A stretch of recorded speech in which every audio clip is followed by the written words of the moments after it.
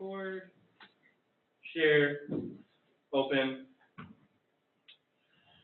and get rolling.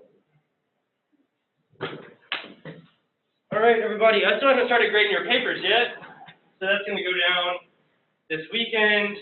I'm going to be very lenient on it. So one thing that I should have done is explicitly state that we need to put things in our own words. I've opened up a couple just to kind of see how people are doing this, and a lot of people have copy and pasted entire paragraphs and put it in quotes, okay?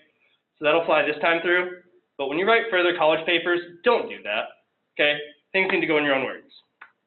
But again, I didn't explicitly state that or guide you through the process, so I have to accept it at this point. We're too late in the semester. But I'll grade those this weekend. Keep in mind that's only 10% of your total grade, so that should help. So as long as you completed the assignment, you'll do well on it, all right? So let's go through our daily review over what we did yesterday, chapter 18. All right, so we have 4 types of hypersensitivities. The one that we riffed on the most was type 1. This is going to be your respiratory or your food allergies. Which antibody is involved with type 1 hypersensitivities? IgE, that is right, all day. Then it's going to interact with which type of immune cells that will degranulate?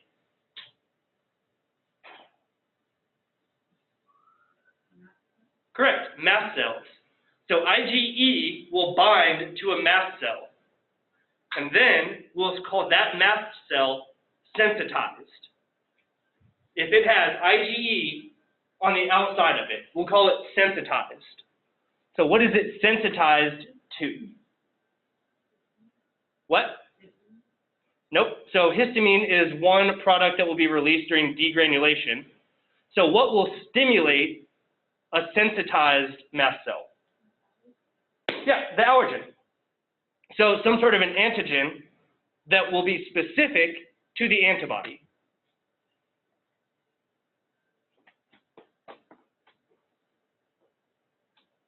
So the first dose we'll call sensitizing, and then subsequent will be exposures.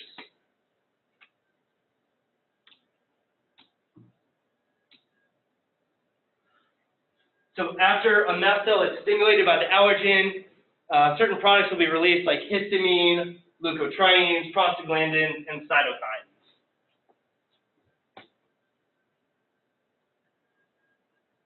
And again, when you see smooth muscle, don't think skeletal muscle, think involuntary muscles, like the muscles that line the GI tract, the respiratory tract, and the vascular system.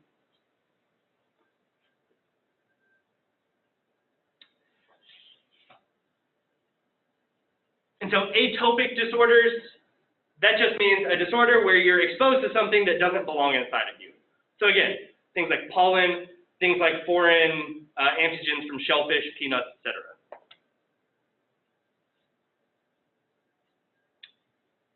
All right, type 2 hypersensitivity. This is still humoral, so not cell-mediated. So we're dealing with antibodies. We're going to end up rupturing red blood cells, either through natural killer cells or complement. But again, we're dealing with IgE recognizing foreign cells. In this case, it's red blood cells.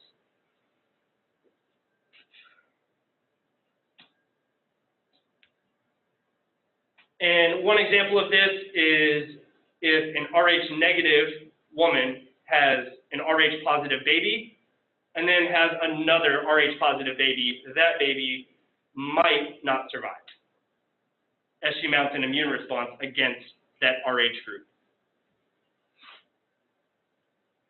But there's a vaccine that we can give a woman before she gives birth to prevent, to help that fetus survive to birth.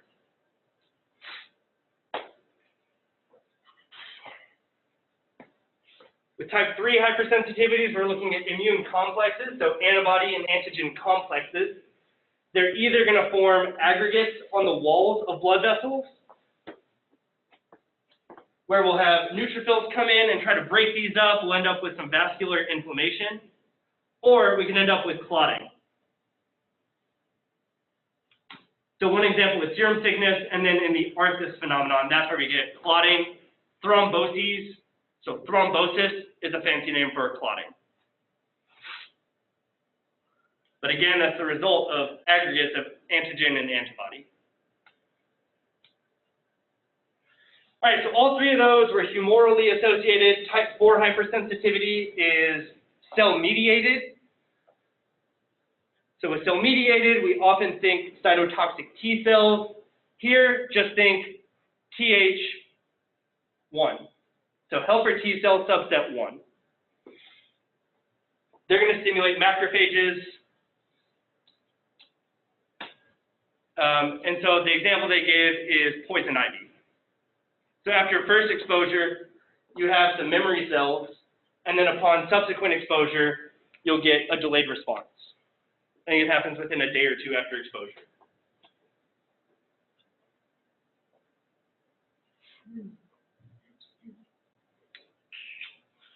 All right, autoimmune diseases can arise from several different ways. Either you can have the inability to mount an immune response, or you can have some infectious agent in you that disrupts your immune response.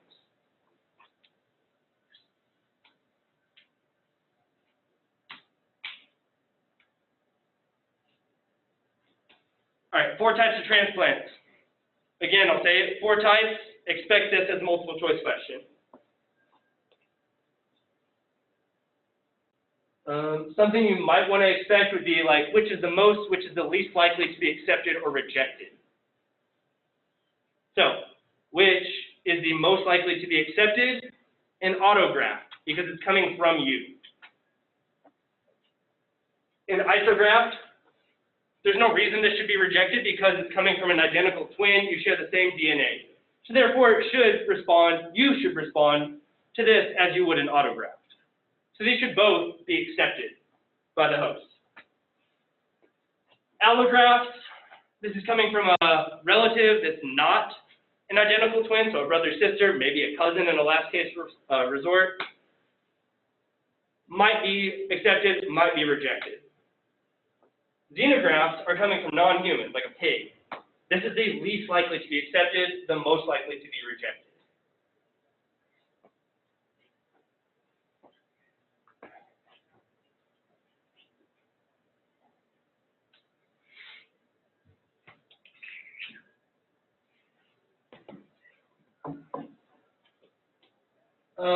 Looking forward to exam 2, you might want to consider this figure as a potential question, not for this quiz upcoming, but for the exam, I feel like this is worthy of a question.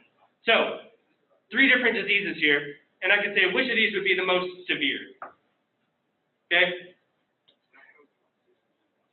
With SCID, severe combined immunodeficiency, you are unable to make a pre-B cell or a pre-T cell, so your adaptive immune response is basically shut down. That's going to be more detrimental than not being able to mature B cells alone or T cells alone.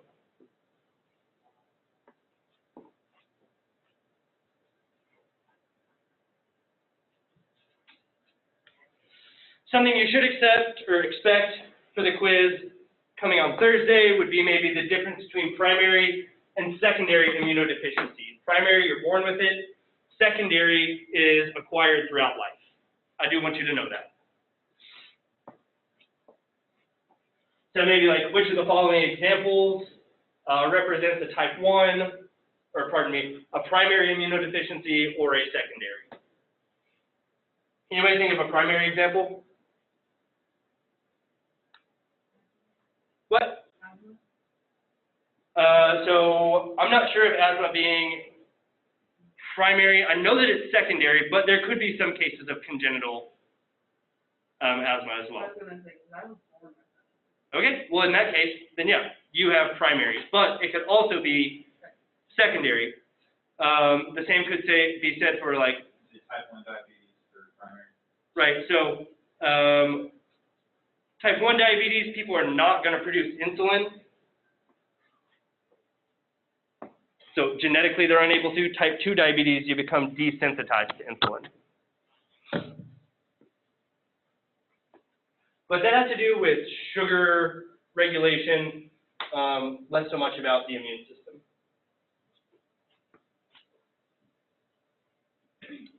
HIV is definitely a secondary immunodeficiency. And this is going to only arise if you are HIV positive. Not all people with HIV develop AIDS, but this can result maybe 8 to 10 years after the primary infection. Again, you don't need to memorize these glycoproteins, but I do want you to understand generally what's going on in this figure. I want you to know what a provirus does, why it's important that HIV is a provirus.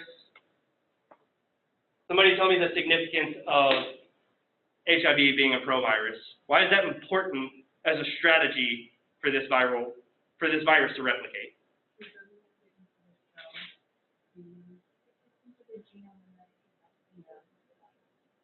Yes, exactly. So if it's integrated in the genome, every time that cell divides, every new daughter cell now has HIV integrated into its genome. And then every time both of those cells split, we have exponential expansion of HIV within the host cells. It's also shedding and escaping out of these cells as it replicates, spreading throughout the whole body. HIV infects CD4 plus cells, helper T cells. This is important because keep in mind, helper T cells are kind of our bridge between the innate and the adaptive immune systems with antigen-presenting cells.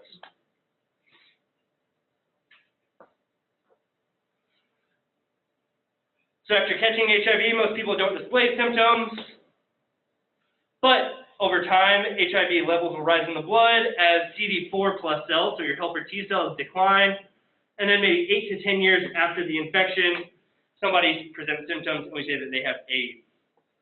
AIDS is the acquired immunodeficiency syndrome. Let's break that down. Acquired immunodeficiency. You're unable to mount an acquired immune response. So acquired meaning cell-mediated, humoral. The adaptive immune system shut down because your helper T cells don't work.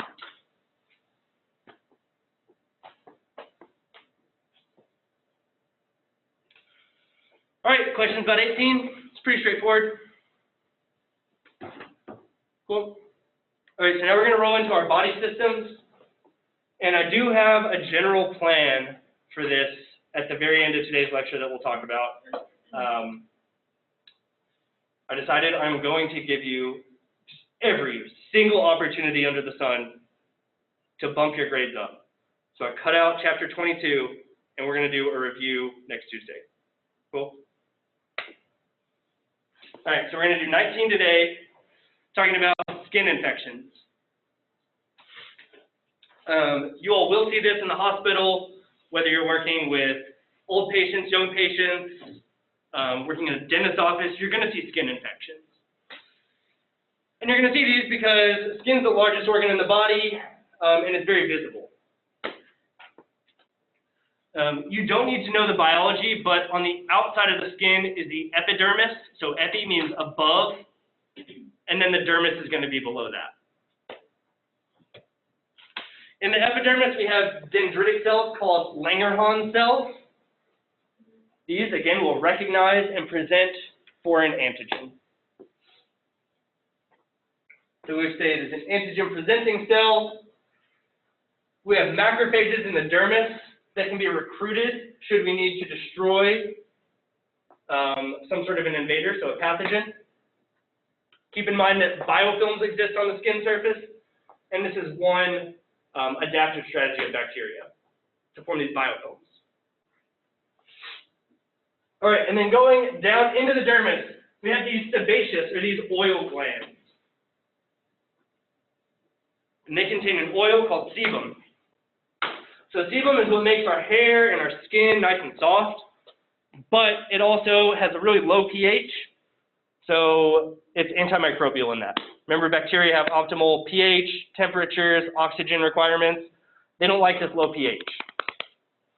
Also, if they eat it, if they metabolize sebum, they create some sort of a toxic end product. So again, this is an antimicrobial agent.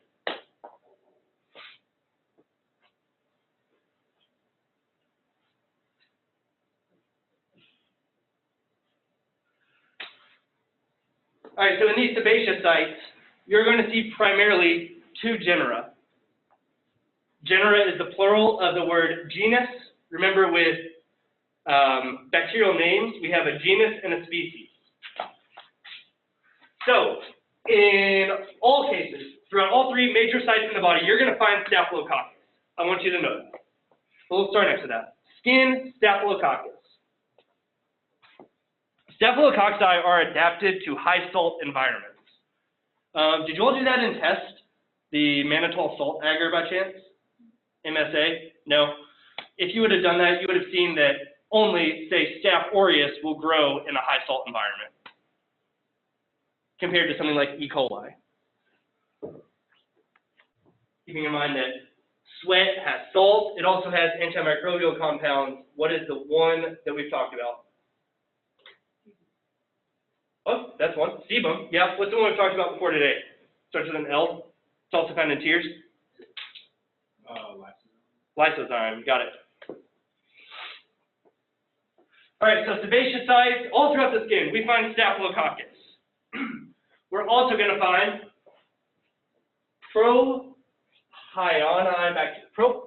propionibacterium. I've said this so many times in my head. It's a lot of syllables. From here on out, we're going to call it P. acnes. We're going to abbreviate it.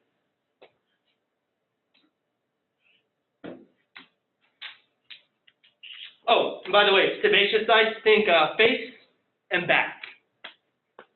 Oily sites. Your moist sites are going to be like the backs of your knees, maybe armpits, belly button. Again, you're going to find staph here. You're also going to find this Corynebacterium. Again, pardon me for the verbalization of that, the pronunciation there.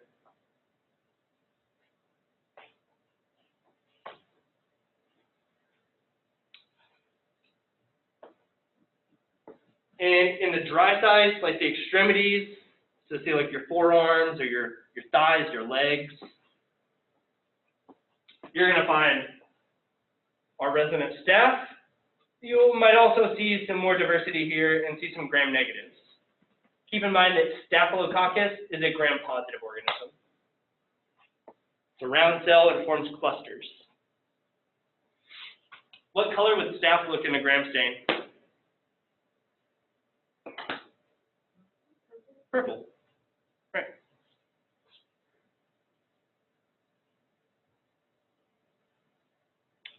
So just to give you a heads up on, potential type of quiz or exam question, maybe, where would you expect to find Staphylococcus? Sebaceous sites, moist sites, dry sites, all of the above. That's what I'm saying, yeah. But just to give you a heads up, I feel like if I explicitly give you these questions, that they are totally fair game, right? And then these are your two phyla for your gram negatives.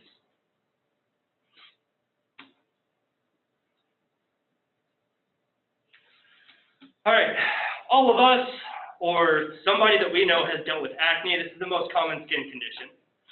And it's caused by this P. acnes bacterium.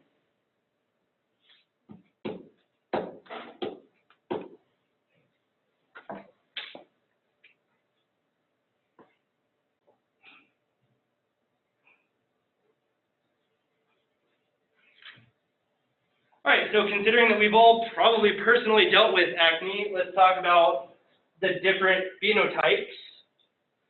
So this is a normal hair follicle. We see it going down into the dermis, no inflammation. I'm surprised that there's no scientific name for blackhead and whitehead, honestly. This is in the textbook.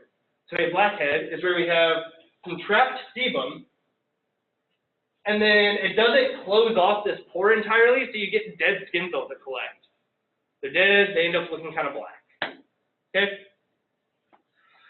But let's say that the sebum traps this pore entirely. At that point, you would have what's called a whitehead. It's white because there's no dead skin cells that look black. Also, skin, as it becomes a little bit inflamed, can be a little bit more transparent. All right. So blackhead, whitehead, a papule. You can see here we have some more redness developing on the epidermal surface. A little bit of so redness, inflammation, blocked pore entirely. And then if that spreads into further into the dermis, we call it a nodule. So going from normal, least severe, to most severe form of acne. I think they call this nodulocystic acne in the textbook. So you might have heard or seen people experience cystic acne. This is what it looks like at the cellular level.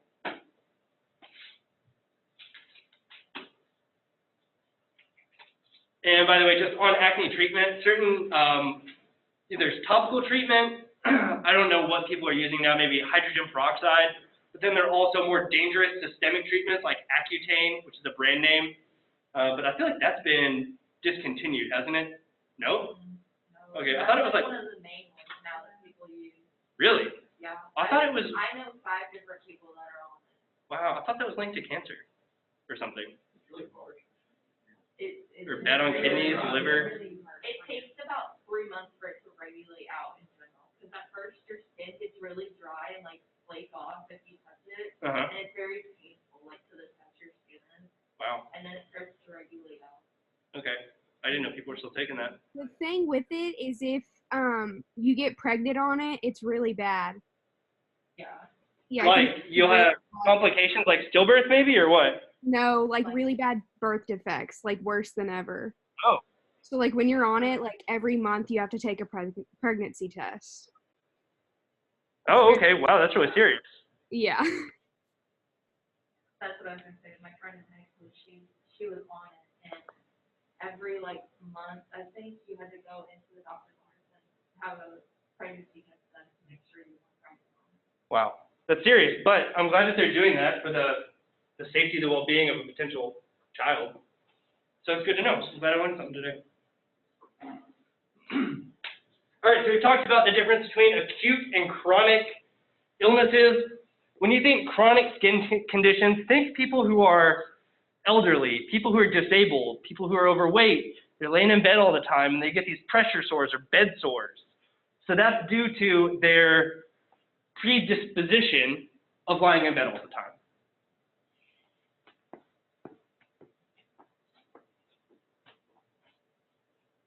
As opposed to an acute wound, which would be like you're shaving your face or your leg, and you cut your skin a little bit. That would be an acute wound.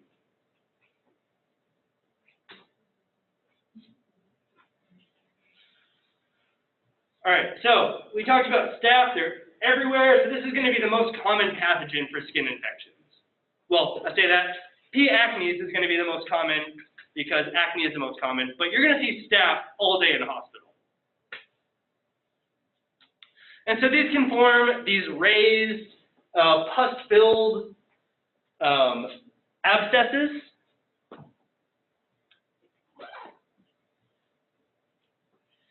An abscess that is kind of painful, red, swollen, we can call a boil or a furuncle. Silly name. So again, a furuncle is an abscess, but they just mentioned that it is painful. And if we have more than one boil or furuncle combined together, that is what's shown here in 1908. We call that a carbuncle.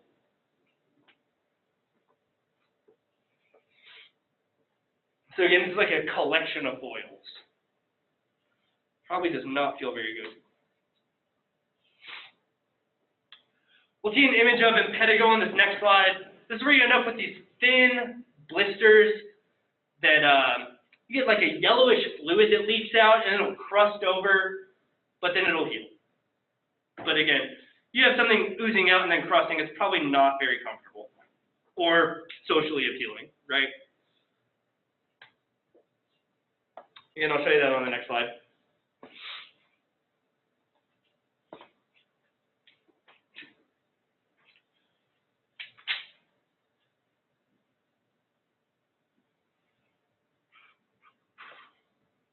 All right, the scalded skin syndrome. This is caused by Staphylococcus aureus. So S. aureus. I'm just going to call it Staph aureus.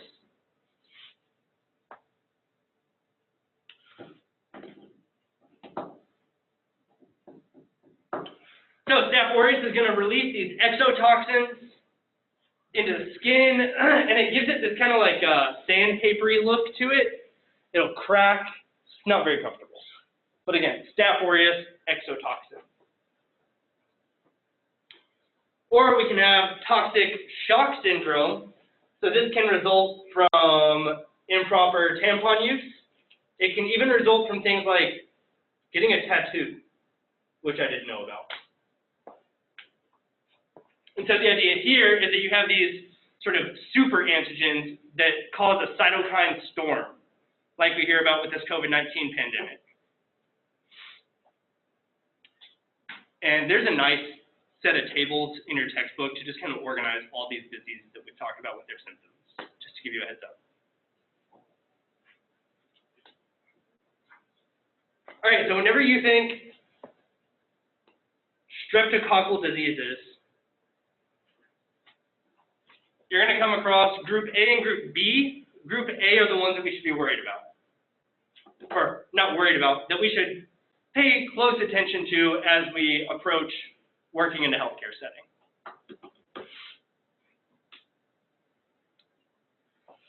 So the way that we're going to classify streptococcal species, again, now we're talking about streptococci, not staphylococci. What arrangement does strep have? Is it chain? Chains, right? Staph are in clusters. They look like grapes. Okay, so one way that we can organize the strep is based on a hemolytic test.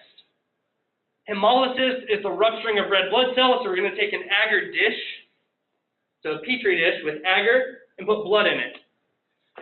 Then we'll put these bacteria on there and see if they are able to lyse or rupture red blood cells. That's the process of hemolysis. Keep in mind that blood cells contain hemoglobin. Hemoglobin contains iron. They're probably after the iron.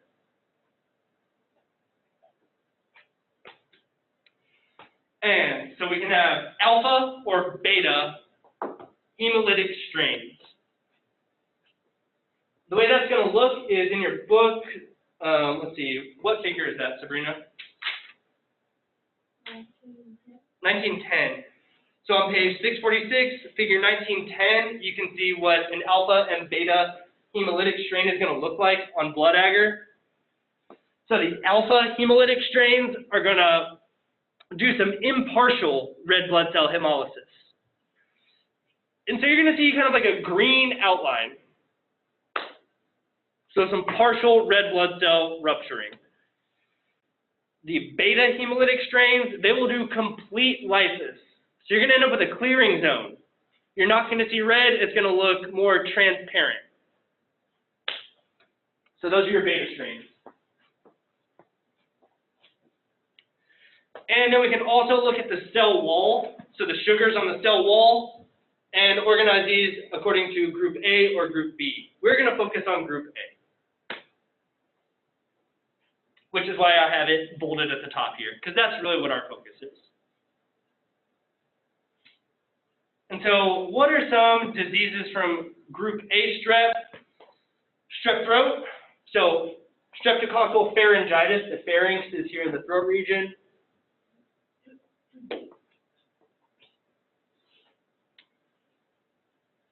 Cellulitis is going to result from some sort of a skin abrasion. Erysipelas, which I forget, or pardon me, I don't know how to pronounce entirely. You're going to see this in young children or in older people, and this is a specific type of cellulitis.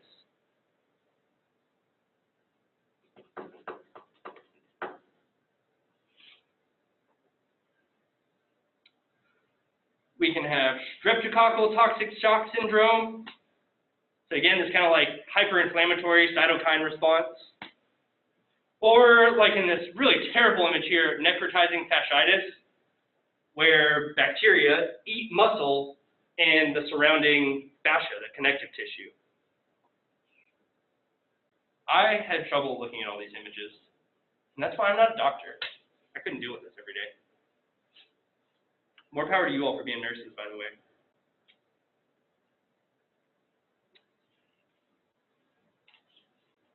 Okay, really nasty disease is gas gangrene.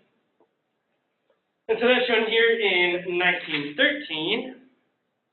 So this is caused by a clostridial species. It's going to get into the tissue. This is an anaerobic organism. It's going to cut off blood supply to the tissue that it infects because it doesn't want oxygen. That's going to result in tissue death. As they eat the tissue, it releases this nasty odor, and the skin, the tissue becomes discolored, eventually becoming black. This will kill you. So if you see any sort of blackness on a patient, address that immediately, right? Cutaneous anthrax is shown here in 1914. The book mentions that this is typically not fatal so long as it's dealt with within about 2 months.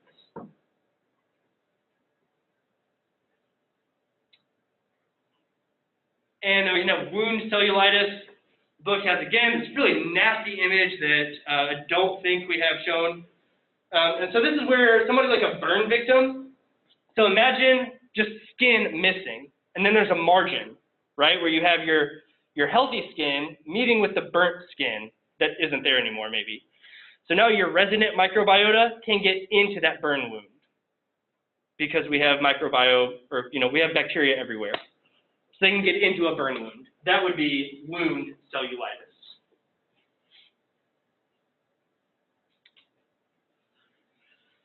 We can get bitten or scratched by animals.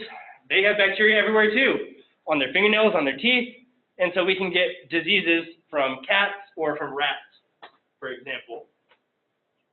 Cat scratch disease, rat bite fever. I don't need you to know what causes them, but again, you might see these in the clinical setting. So let's just expose you to it.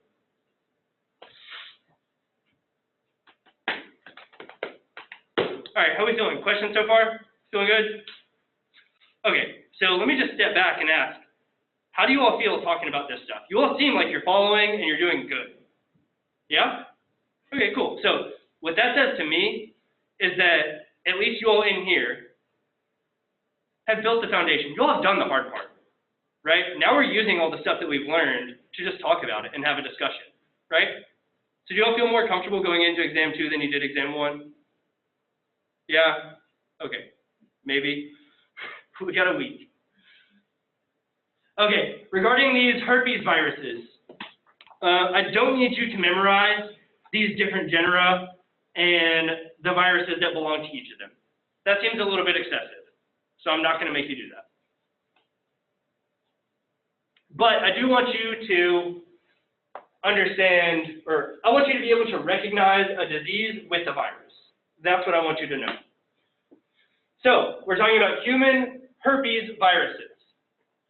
So HSV is herpes simplex virus 1. This is going to cause cold sores.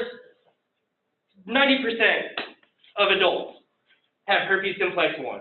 Not everybody gets cold sores, but should you or your loved one end up with a cold sore, you're not contaminated or broken, okay? Everybody gets these things. So don't freak out if you end up seeing one of these on your face. We wear face masks now, so nobody will know. Just wear a mask. And there are topical treatments. I forget what the name is. I think it might be acyclovir, but I don't recall. You can get things at Walgreens for these. Okay, so what happens? You get HSV1, and it's going to stay in, I believe, the trigeminal nerve. So that's a cranial nerve. It's going to stay in the nervous tissue. And then a stressful event happens, like an exam. And then that can reemerge to the skin surface, and we call that a cold sore. So people who have cold sores, you can get HSV1 from them. They're contagious. So don't be kissing people with cold sores unless you want HSV1.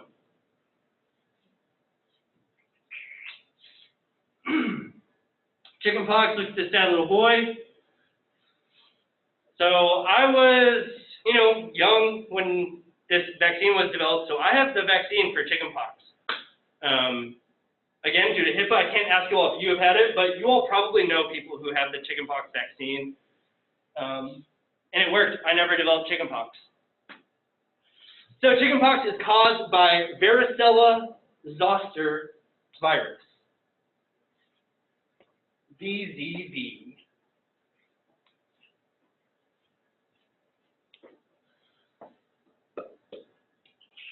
So people who have chickenpox spread it to other people who have it. So this is a communicable disease.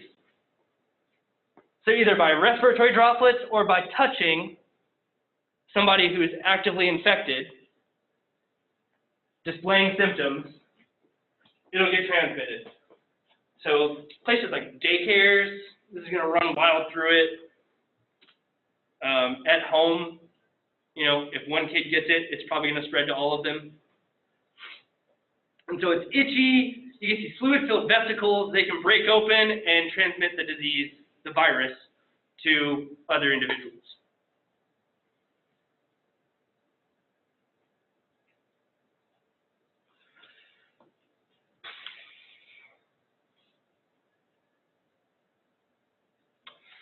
So whenever you're fighting off the chickenpox, the virus, you can end up with, so your immune system's fighting off this virus, that can lead you to some sort of maybe an opportunistic infection on the skin. You can end up with pneumonia. They mention Rye syndrome without explaining it. As far as I know, this is sensitivity to a compound called salicylates, so aspirin.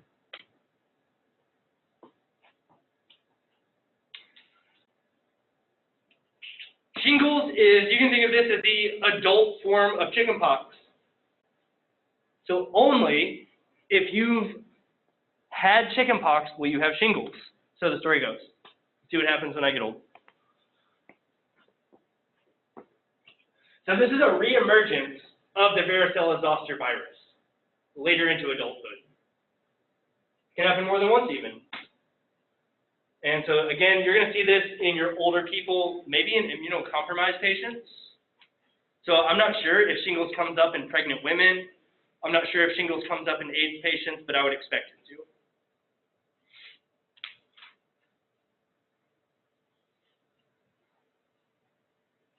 And so you're going to get similar symptoms, so red, itchiness, raised bumps all throughout the skin, but they're saying that it feels like an ice pick on the skin.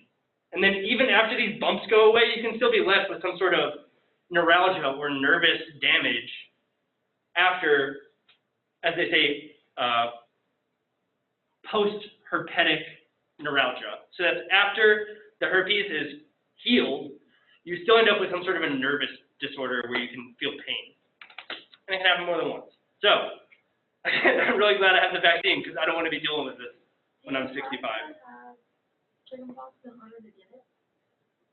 That is the way that it goes, is you have to have exposure to the varicella zoster virus, which causes chickenpox. So you don't have to have chicken. Because I had a friend sophomore year in high school that had shingles and she never had chickenpox. So that's what I'm saying is, let's say that I end up going on corticosteroids, and then I get exposed to varicella zoster. Maybe as an adult, I just mount shingles, and we just don't call it chickenpox anymore. So that I'm not so sure of. But what I do want you to know, they're caused by the same virus. You're going to see shingles in adulthood and chickenpox typically earlier in life. Cool.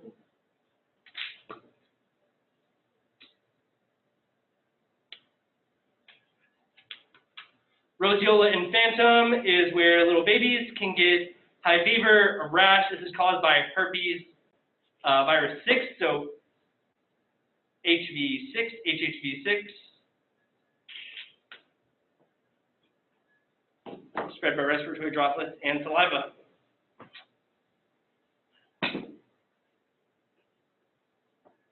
So again, this could be contact with healthcare workers, maybe daycare workers, or think if you're trying to feed a baby, you might have to kind of show it that the food tastes good. So you might take some of the food and put it in your mouth and eat it and be like, oh, this is delicious, and then feed your baby, you can transmit viruses to your offspring that way. Or if you just don't clean surfaces very well. And then they mentioned that this is a common viremia agent after a transplant. So people receiving blood transplants, you need to screen that blood for infectious agents. I know somebody who got hepatitis C. It was like the month before they started screening blood for hepatitis C. This man got it. So now we test and he wouldn't have gotten it. But very important.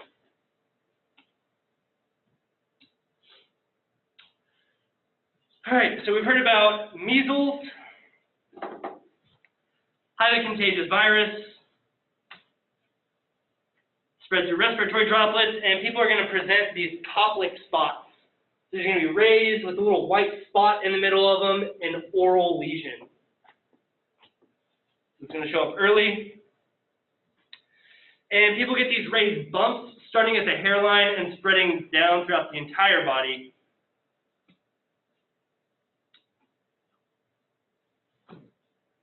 Panencephalitis, that is kind of like a global central nervous system inflammation. Big problem. You don't want that.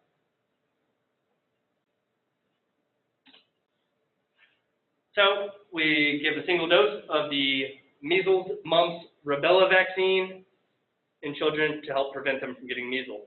Again, I'm going to go ahead and say it. Responsible parents will do this. Irresponsible parents will not do this, and then this will spread to the population. So measles, mumps, rubella in a vaccine. Let's talk about rubella, often called the German measles. So also caused by a virus, transmitted by respiratory droplets. People get a rash, it can come back. And this can be transmitted from a mother to a fetus. So what type of transmission would we call that? Loving it. Vertical transmission. Perfect.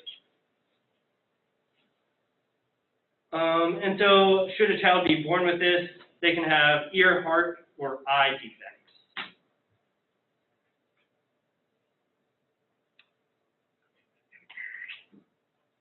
So this all kind of seems like general information, and it is. You know, there's not really a hard exam or a hard quiz question that I could ask you on this. Some of this information is just stuff that I want you to know. Should you give somebody a vaccine, what are you vaccinating them against? Why do we care about someone not getting measles? Why do we care about somebody not getting rubella? So some of this is just exposure for the sake of learning.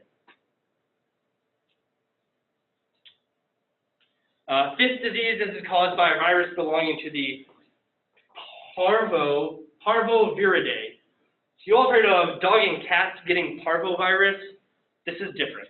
This is specific to humans, okay? And this doesn't seem too serious. People get a red rash in their cheeks, maybe their ears or their trunk, and it's going to go away.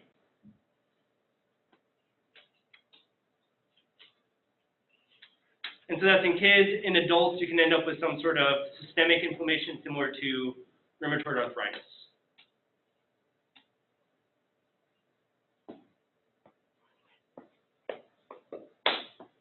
So HPV stands for the human papillomavirus. This can cause warts.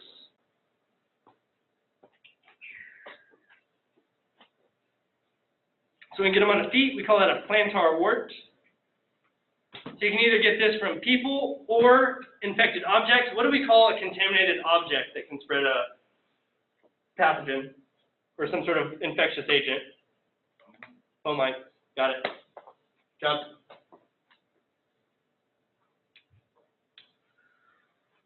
All right, this is a really sad image of a boy with smallpox. We can call smallpox variola.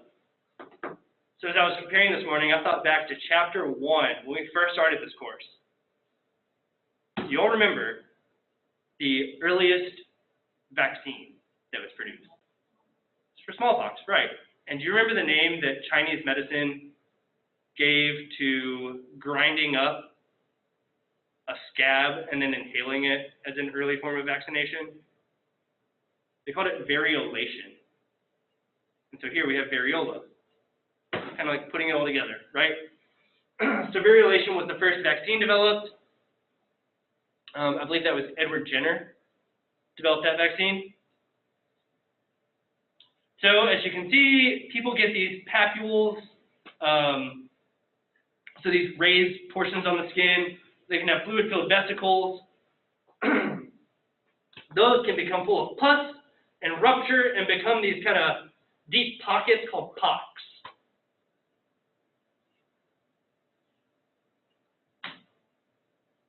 This is what the virus looks like. And apparently, a handful of decades ago, we eradicated this from the United States population, so people don't get this anymore. I learned that as I read this chapter. Anybody working in healthcare setting, can you all confirm or deny that? Do people get smallpox vaccines anymore? I'm pretty sure you have to become a disabled so you can go. See, that's what I thought. I could have sworn. Yeah. Or maybe due to like international travel, people get smallpox. But I could have sworn I had it. We have these vaccine cards. So maybe I need to go look at that, honestly. But the book says that people don't get vaccinated for smallpox anymore. With this anti-vax campaign, maybe we need to start doing it if we don't. I thought, wasn't smallpox the one that, because I know that like my oldest cousins and my parents have like smallpox vaccine, and it gives like a scar, and they don't do it anymore. Right. It's like you get like a big wound on your skin. Okay. Right. So, because I've heard that too when I was a kid, but I don't work in healthcare, so I don't know about this. I'm pretty sure they don't do it anymore because it's not something that is transmitted anymore. You're not going to encounter it? Yeah, so you don't. Okay. So most people don't get it. I don't know if they make it anymore. Probably like the option.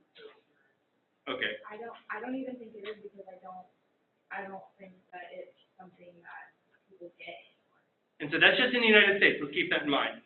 International travel, so if you're a traveling nurse, maybe you might need to get a smallpox vaccine. So again, this is all stuff to look into. Now we have the tools to learn about this, though. So smallpox, this will wipe out anybody who's not been exposed before. So this makes a great bioterroristic weapon. I'm not promoting bioterrorism, but I'm just saying, right? And so this is the infectious agent that knocked out indigenous peoples as the Spanish colonized the U.S., the North American continent. All right, we can have some fungal infections. We're going to call these generally dermatophytosis or dermatophytoses, caused by dermatophytes. So derm, skin, phyte, fungus. And so this can affect skin, hair, or nails. They're mentioning that nails are the hardest to treat. You have to basically remove a nail to deal with a nail infection. That sounds terrible. Okay, leishmaniasis. Maybe 2 years ago I would have said, you'll probably never encounter this. I know somebody who's had this. And this goes by the colloquial name of lesh. So the way that we call staphylococcus, staph. Leishmaniasis is referred to as lesh. And this is caused by a protist. So keep in mind, this is a eukaryote, which makes it harder to fight than a prokaryote. And this is like skin-eating disease. The person that I know that got it from working in the tropics. He worked in trees in Panama. So, really cool stuff. But if you also work in the tropics, you might get exposed to really nasty parasites like this.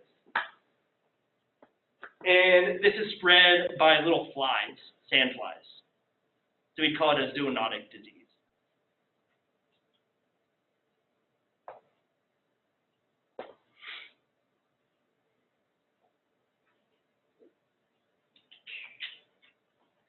All right, so we talked a little bit about tears. Remember, tears contain lysozyme as an antimicrobial agent, but we can still end up with some eye infections. Again, this is really common, pink eye or red eye. So bacterial conjunctivitis, you get some little antimicrobial eye drops, put them in, a few days later, pink eye is gone. But this is contagious. So you're going to get it from touching stuff and then touching your eyes, or maybe touching somebody else's eye for whatever reason you would do that, and then touching your own eyes. It can also be a result from birth.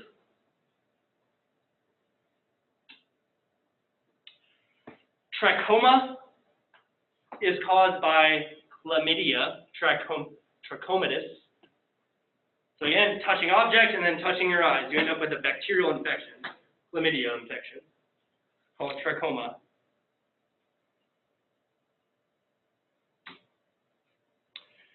So that's bacterial. We can also have viral pink eye or river blindness. And then with trachoma, you can see here, this person's eyelid is flipped inside out. So if this inflammation gets so bad, then the eyelid can swell and flip it. If you're touching my eyes, talking about not touching your eyes. The eyelid can flip inside out, and then the eyelashes will scratch the cornea, causing more just inflammation. So it's really bad, really painful probably. Anybody who's had pink eye just knows how frustrating it is.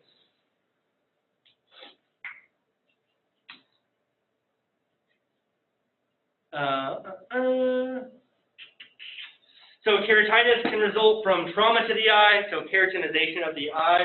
So let's say you're putting your contacts in and you scratch your eye, or you're working in like a wood shop or a metal shop and a little flake comes and gets you, right? That can cause damage to the eye. Can also be caused by a virus, HSV1. What else does HSV1 cause? Cold sores. By the way, herpes simplex 1 does cold sores. Herpes simplex 2 is more of your genital sores. So again, just should you see a cold sore, don't expect a genital sore, is what I'm saying. They're caused by different viruses.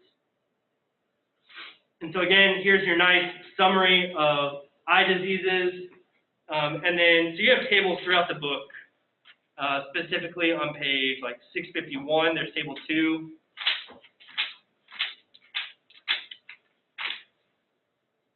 And then 662, 19.3 is also worth memorizing. And so those are the types of things that I want you to know. What disease is caused by which infectious agent?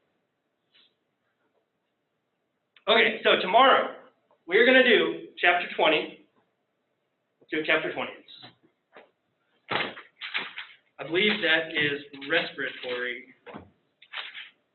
Yeah, so tomorrow we're going to talk about the respiratory system. Thursday we're going to talk about digestive system, chapter 21. Then I'm going to go home and grade your papers over the weekend, build your exam. We're going to take quiz 4, so your last quiz this Thursday.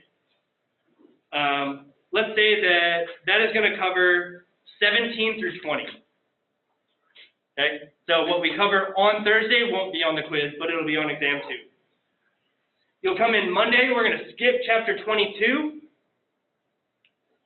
Chapter 22 is nervous system. It's important, but we're not going to talk about it. I do want to talk about digestive, so that'll go down on Tuesday. Wait, Monday, yes. Tuesday, I decided to drop the sexual, the reproductive and urinary systems. Yeah, it's important, but you've probably been exposed to that in the past. So you have the book. If you're interested and want to learn about it, you have the tools. I'm going to spend that day reviewing for you, though, because I do want you to do well. And so the makeup exam, again, this is going to be Wednesday, 90 potential questions. I haven't thought about how many I want to do. It'll probably be 50, okay? They're going to be in random order, because I was thinking about this yesterday. Again, keeping in mind that I expect a certain level of cheating. I don't want it, but I expect it. So should you decide to just print all this stuff out and have it in front of you, I'm going to see that you're flipping through stuff, okay? So please, take this as an opportunity to learn, not to take advantage of me telling you what the questions are. I'm doing this so that you learn the material. so that you can be a good nurse, right? You all will respect me for this, I promise, eventually. Give it some time. All right, anybody have questions, concerns, anything? No? All right, cool. I'm going to go ahead and end this and get the lecture posted.